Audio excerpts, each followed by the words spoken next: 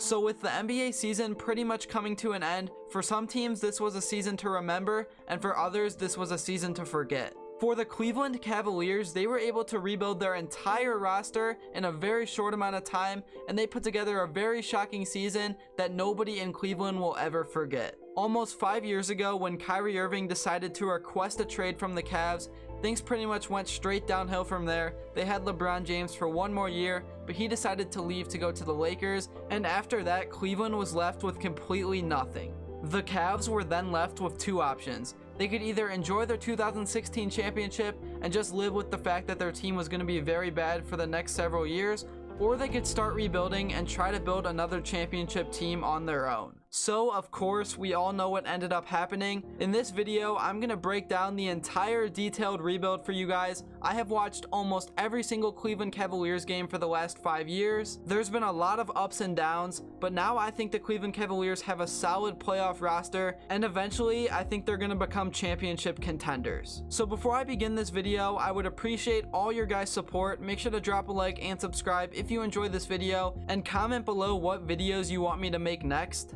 If you've been following my channel, you know I haven't posted any videos like this in a long time, but I want to get back into it. I've been making a lot of reaction videos to sports games. I'm going to continue to do that along with this. So I really do appreciate all the support you guys give me so much. So starting off at square one, after LeBron James went to the Lakers and the Cavs were left with completely nothing, all they had was the 8th pick in the NBA draft, and they decided to take a young and very energetic guard named Collin Sexton out of Alabama. This was the start to the new culture they wanted to build. They even fired pretty much their entire staff, even the trainers as well. So now the Cleveland Cavaliers had a young guard they wanted to build around, but they still had some players from the 2018 season, so they ended up trading most of them away. They were left with J.R. Smith, Larry Nance Jr. They tried to trade away Kevin Love many times, but no one was willing to take on his contract, and they didn't want to give up any assets to get rid of him. And to be honest, it was a blessing in disguise for the Cavs. Even though Kevin Love was injured or he faked injuries throughout the rebuild, they ended up keeping him obviously. Now he is one of the veterans and best chemistry guys on the entire roster. So even though the Cavs didn't decide to go through a full rebuild where they trade away every player for picks, they still were able to tank and lose games, which left them with high lottery picks 4 years in a row, and they ended up hitting on almost all 4 of them. So going back to 2018, Cleveland was left with a starting lineup of Alec Burks,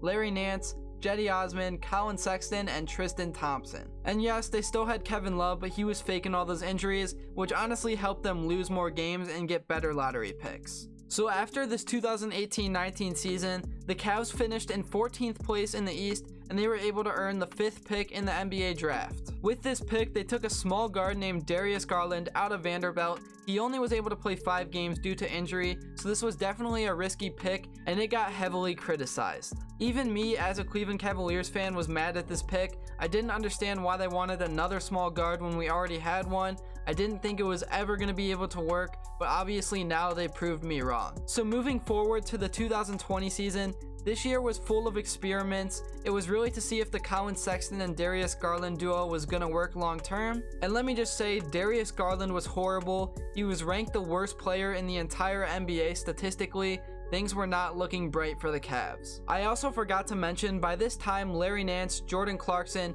and all those other guys were pretty much long gone, and then the pandemic hit, shutting down the whole NBA season. This long shutdown was honestly pretty good for the Cavs. They were able to figure out what their long-term plans were and if Collin Sexton and Darius Garland was going to work as a duo for the long haul. After that season, in the next draft, the Cleveland Cavaliers took a young athletic defender out of Auburn named Isaac Okoro. And although Okoro hasn't panned out to what the Cavs hoped he would be, he's still a solid player that can come off the bench and defend every single team's best player. After this pick was made is when the Cleveland Cavaliers were able to start sensing the bright future ahead of them. Although the 2021 season was nothing special, they were starting to compete with good teams. They even made a trade for Andre Drummond, which kind of made no sense to me, but it was still extra talent to add to the team. And eventually they were able to add Jarrett Allen in a James Harden trade because the Rockets didn't want to take on his salary, and I am so glad they did that. That is a huge mistake. Jarrett Allen, unlike Andre Drummond, is actually able to guard the perimeter, and he fits the Cavs' current system so much. So even though the Cavs finished the 2021 season with a bad record,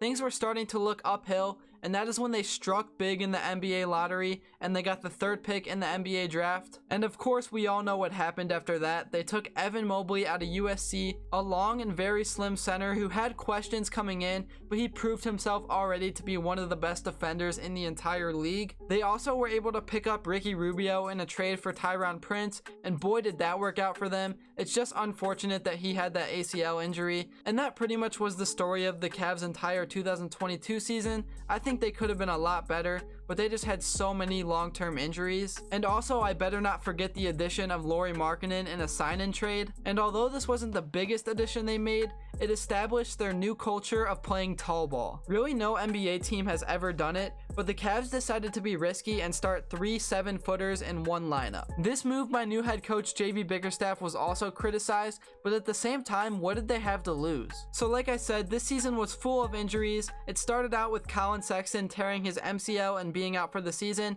This opened up a big opportunity for Darius Garland to step up, and he had a huge breakout year and obviously ended up in the All-Star game. Jared Allen also had one heck of a season, and he earned himself an All-Star game spot as well. So although the season didn't end the way the Cavs had hoped, they completely turned around their franchise, and now things are looking towards the playoffs next year. This really has been the shortest rebuild in NBA history. I can't think of any team that's done it in less amount of time. That's going to be the end of this video. Let me know in the comments below if you enjoyed and what you want to see me make next. Thank you all for watching, and as always, I'll see you guys in the next one.